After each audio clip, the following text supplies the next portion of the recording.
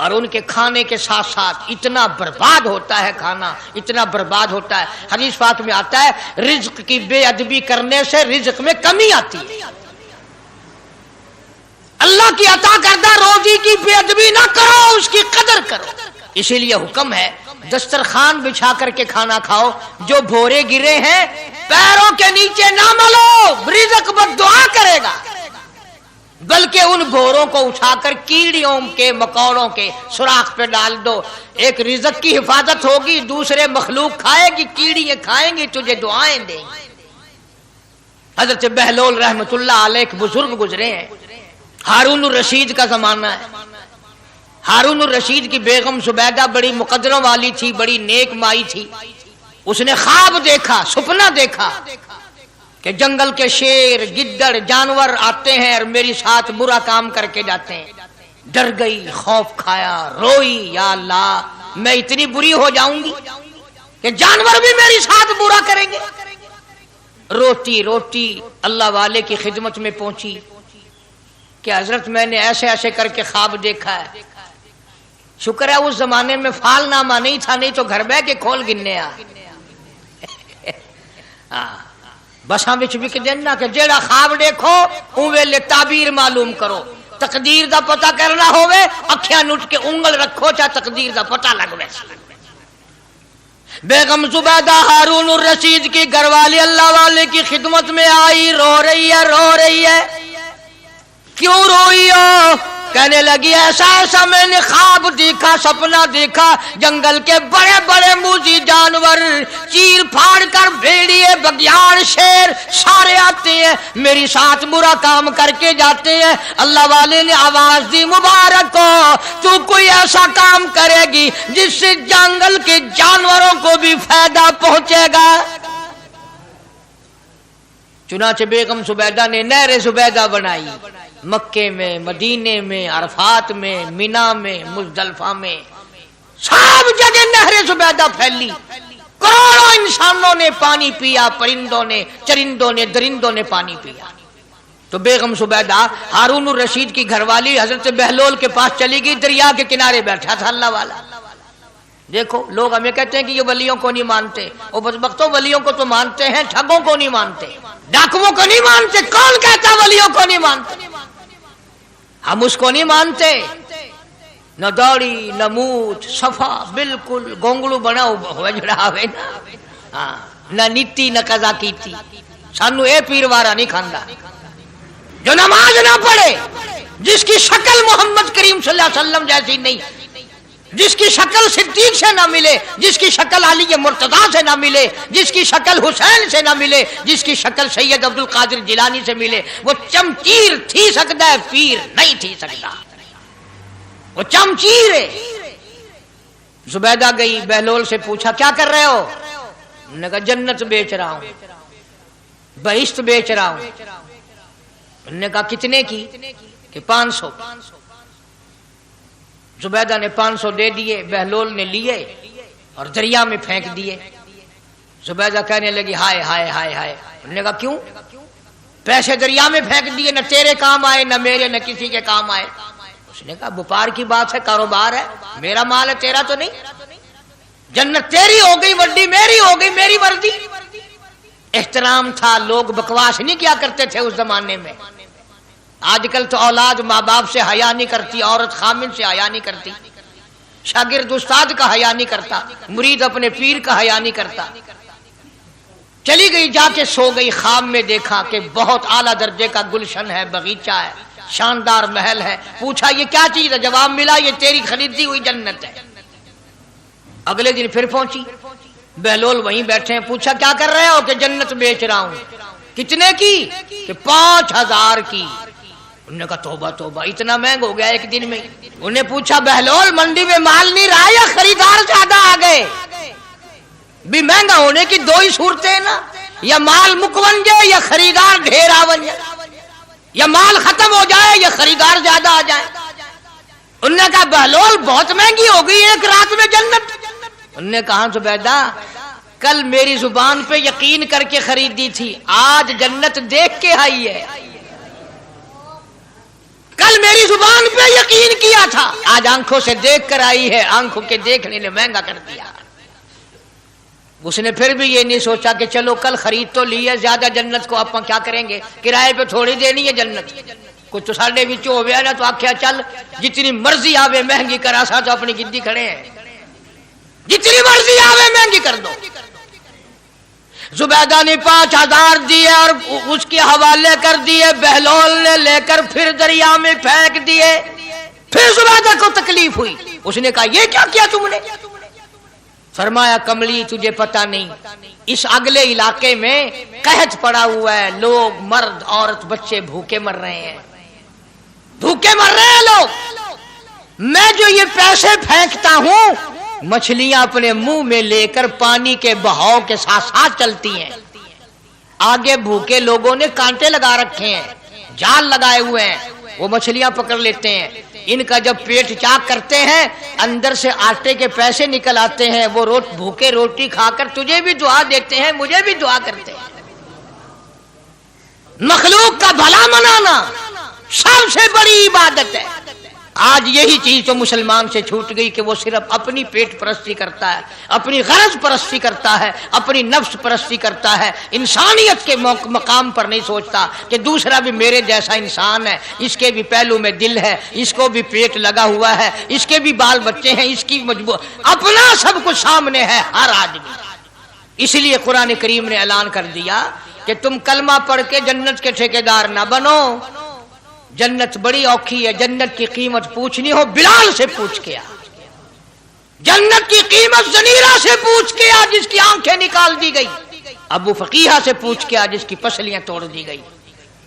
اس لیے میں نے یہ عنوان عرض کر دیا کہ چھڑا کلمہ کافی نہیں، بلکہ کلمے والی زندگی بنانی پڑے گی، کلمے کے مطابق اپنے آپ کو چلانا پڑے گا، نماز آئے گی، روزہ آئے گا، زکوٰۃ آئے گی، حج آئے گا، شرک چھوڑنا پڑے گا، بدعت چھوڑنی پڑیں گی، لغویات اور بکواسات سے پرہیز کرنا پڑے گا، حرام کھانا چھوڑنا پڑے گا، حرام پینا چھوڑنا پڑے گا، حرام دیکھنے کی اجازت نہیں، حرام سننے کی اجازت نہیں، حرام پکڑنے کی اجازت نہیں۔ اس لیے اللہ تبارک و تعالیٰ قرآن کریم میں اعلان کرتے ہیں کہ میں بھی تو دیکھتا ہوں کہ کلمہ اس نے زبان کی نوک سے پڑھا یا دل سے پڑھا، اگر دل سے پڑھا تو یہ ساری چیزوں کی پرہیزگاری کرے گا، مانے گا، ہدایت یافتہ بن کر کے جائے گا۔ جس چیز سے پیار ہوتا ہے، جس چیز سے محبت ہوتی ہے، یا یوں کہو جس آدمی سے محبت ہوتی ہے اس کی ہر چیز سے پیار ہوتا ہے۔ یہ ممکن نہیں کہ ایک آدمی یہ کہے کہ تیری شکل سے تو مجھے پیار ہے پر تیری آنکھوں سے بڑی نفرت ہے، اس کے انگ انگ سے محبت ہوتی ہے، حتیٰ کہ اس کے کپڑوں سے بھی پیار ہوتا ہے، اس کی آل اولاد سے بھی انس اور محبت ہوتی ہے۔ وہ کہتے ہیں نا مکان کو ہے زینت مکین کے قدم سے، ظرف کی قیمت جو ہے وہ مظروف کی وجہ سے بنتی ہے۔ اب دنیا میں اسلام اور ایمان کی بنیاد یہی چیز بنے گی کہ جیسے کہ حضور کریم صلی اللہ علیہ وسلم کی ذات اقدس سے محبت ہے، پیار ہے، عظمت ہے، تعلق ہے، اسی طرح سے صحابہ کرام ہو یا نبی کا خاندان ہو یا نبی کا مکان ہو یا نبی کا لایا ہوا دین ہو، ہر چیز سے پیار ہونا چاہیے۔ یہ نہیں کہ حضور کریم صلی اللہ علیہ وسلم کی ذات اقدس سے تو محبت ہو، پیار ہو، تعلق ہو اور آپ کے نظام سے نفرت ہو، پھر مسلمانی نہیں۔ خاندان نبوت سے بھی پیار کرنا پڑے گا اور ہونا چاہیے۔ اسی لیے میری ایک بات دل کی تختی پہ لکھ کے لے جاؤ کہ ہمارے نبی کی بات بھی نرالی اور ہمارے نبی کی جماعت بھی نرالی، ہمارے نبی کی ذات بھی نرالی، شان بھی نرالی، شہر بھی نرالا، ملک بھی نرالا۔ کیا چیز عرض کر کے میں آپ کو سمجھاؤں؟ اللہ پاک کو کیا ضرورت پڑی تھی مکے مدینے کی گلیوں کی قسم کھانے کی؟ خدا کو شوق چڑھا کہ پتھروں کی قسم کھانا؟ فرمایا لا اقسم بہذا البلد، میرے محبوب جن گلیوں میں تیرے قدم لگے ہیں مجھ خدا کو ان گلیوں کی قسم، ان شہروں کی قسم، اس وطن کی قسم۔ انناس وہاں نہیں پیدا ہوتا، سیب وہاں نہیں پیدا ہوتا، انگور وہاں نہیں پیدا ہوتا، غلہ کھانے پینے کا سامان وہاں کچھ نہیں پیدا ہوتا، ہیں پہاڑ اور پہاڑ بھی خشک، لیکن محبوب جہاں رہتا ہو اس کی ہر چیز سے پیار ہوتا ہے۔ یہ مثال دینی تو نہیں چاہیے، ویسے سمجھانے کے لیے کہتا ہوں۔ مجنو کو ایک اونٹ والا آدمی مل گیا، اس نے مجنو نے پوچھا کہ تو کہاں چلا ہے؟ تو مشہور تو تھا ہی، لوگ جانتے تھے کہ یہ مجنون ہے، کہ لیلا کے شہر چلاؤں کہ میرا سلام کہیو بہت بہت، کہ اچھی بات۔ آدھا میل وہ اونٹ والا چلا، پھر دوڑ کے بھاگ کے اسے رلا، کہنے لگا میرا پیغام یاد ہے؟ کہ ہاں یاد ہے، کہ زور زور سے سلام کہنا۔ آدھا میل 1 میل پھر چلا وہ اونٹ والا، پھر دوڑ کے مل گیا، حتیٰ کہ اس شہر میں ہی پہنچ گیا جہاں اس نے جانا تھا۔ اونٹ والا کہنے لگا رے میرا سر کھاتے کھاتے تو نے یہ وقت کر دیا، تو خود ہی جا کے سلام کہہ لے، اب تو شہر وہی آ گیا، میں کیا کہوں گا۔ تو جب شہر کے اس علاقے میں گیا جہاں لیلا رہتی تھی، تو گلی سے کتا نکلا، مجنون نے بیٹھ کے کتے کے پاؤں چومنے شروع کر دیے۔ لوگ کہنے لگے پاگل ہے، گدھا ہے، دیوانہ ہے۔ مولانا روم فرماتے ہیں، کہنے لگا پائے سگ بوسیدہ مجنو خلقش گفتہ اینچ بہود، پائے سگ بوسیدہ مجنو خلقش گفتہ اینچ بہود، گفت مجنو گاہے گاہے کوئے لیلا رفتہ بہود۔ لوگوں نے کہا پاگل، کتے کے پاؤں چوم رہا ہے، تیری عقل ماری گئی۔ مجنو کہنے لگا پہلے اپنی آنکھوں کا تو علاج کرو، تمہیں کتا تو نظر آتا ہے، یہ نظر نہیں آتا یہ آیا کس کی گلی سے ہے، نکلا کس کی گلی میں سے ہے۔ جب دل میں کوئی بات سما جائے پھر یہی حال بنا کرتا ہے۔ جنگل میں بیٹھا ہوا مجنو انگلی سے لکیریں نکال رہا تھا، کچھ لکھ رہا تھا اور دیکھ رہا تھا۔ کسی نے پوچھ لیا کیا کر رہا ہے یہاں جنگل میں بیٹھا ہوا؟ کہنے لگا گفت نقشے نام لیلا میرا کم، گفت نقشے نام لیلا میرا کم، خاطر خدرا تسلی میں دہم۔ کہنے لگا لیلا کا نام لکھ لکھ کر دیکھتا ہوں، تسلی دیتا ہوں اپنے دل کو۔ عرض کرنے کا مقصد یہ کہ جب دل میں کسی کی بات سما جائے پھر اس کی شکل سے، پھر اس کے پیر کی خاک سے، ہر چیز سے محبت ہو جاتی ہے۔ تو مسلمان جب کلمہ پڑھتا ہے لا الہ الا اللہ محمد الرسول اللہ صلی اللہ تعالی علیہ وسلم، تو اللہ پاک نے جس نبی کی محبت دلوں میں ڈالی ہے اس کی ہر چیز سے پھر پیار ہونا چاہیے۔ اب جو جماعت نبی کے ساتھ ساری زندگی رہی ہو، آخری وقت تک جس جماعت نے سرکار دو عالم صلی اللہ علیہ وسلم کا ساتھ دیا ہو، وہ جماعت کتنی ممتاز ہوگی، وہ کتنی شان والی جماعت ہوگی کہ معمولی لوگ تو نہیں ہے، اور ان کی بڑی خصوصیات ہیں۔ مثلا ایک قافلہ چل رہا ہے، اور وہ قافلہ اور وہ لشکر بھی کتنا خوش قسمت ہوگا جس میں خود محمد عربی صلی اللہ علیہ وسلم موجود ہے۔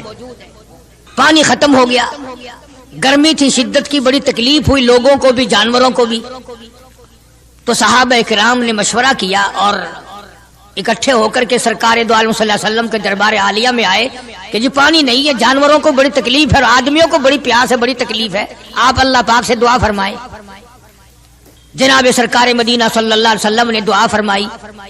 آواز آئی میرے محبوب موسیٰ علیہ السلام نے بھی پانی مانگا تھا، میں نے ان کو پانی دیا۔ اس طریقے سے قرآن کہتا اضرب بعصاک الحجر، لکڑی پتھر میں مارو، انہوں نے پتھر میں آسا مارا، ہم نے فانفجرت من حسنتا عشرۃ عینا، ہم نے 12 چشمے جاری کر دیے تھے۔ موسیٰ علیہ السلام نے لکڑی ماری۔ او میرے نبی، آج میں اگر آپ سے بھی لکڑی لگواؤں، اسی طرح سے آپ کو بھی لکڑ پتھر میں مارنی پڑے، پھر کلیم میں اور حبیب میں کیا فرق ہوگا؟ وہ کلیم اللہ ہے، آپ حبیب اللہ ہیں، آپ کو لکڑی مارنے کی ضرورت نہیں۔ یہ پیاری پیاری انگلیاں جو یتیم کے سر پہ پھرتی ہیں، یہ پیاری پیاری انگلیاں جو ہر صحابی کے ساتھ مسافہ ہونے میں ملتی ہیں، غریبوں کے لیے دعا کے لیے اٹھتی ہیں، میرے محبوب صلی اللہ علیہ وسلم یہی پیاری پیاری انگلیاں ایک پانی کے برتن میں آپ رکھ دیں، مجھے اپنی کبریائی کی قسم سارے قافلے کو ان انگلیوں سے نکلا ہوا پانی پلا دوں گا۔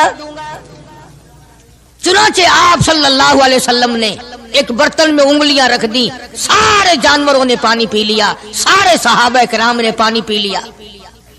اب میں نے عرض کر دیا ایک واقعہ اور آپ نے سن لیا، لیکن تہ کو آپ نہیں پہنچے، اصل تو میں بھی نہیں پہنچ سکتا، میرا ادراک اتنا کہاں کہ پیغمبر کی باتوں کو میں 100% سمجھ سکوں، نہیں سمجھے۔ ارے پانی اور چیز ہے، دنیا سوڈے پیتی ہے، شربت پیتی ہے، جوس پیتے ہیں،